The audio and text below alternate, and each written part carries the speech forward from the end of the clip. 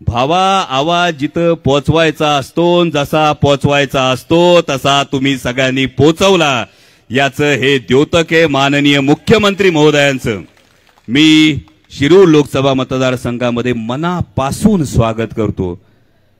महाराष्ट्राचे मुख्यमंत्री राज्याचे मुख्यमंत्री आहेत, पण येताना माननीय मुख्यमंत्री महोदयांना एवढीच विनंती करतो की जरूर शिरूर लोकसभा मतदारसंघामध्ये या, पण येताना कांद्याची निर्यात बंदी रद्द झाली याचा GR घेऊन शिरूर लोकसभा मतदारसंघात पाऊल टाका।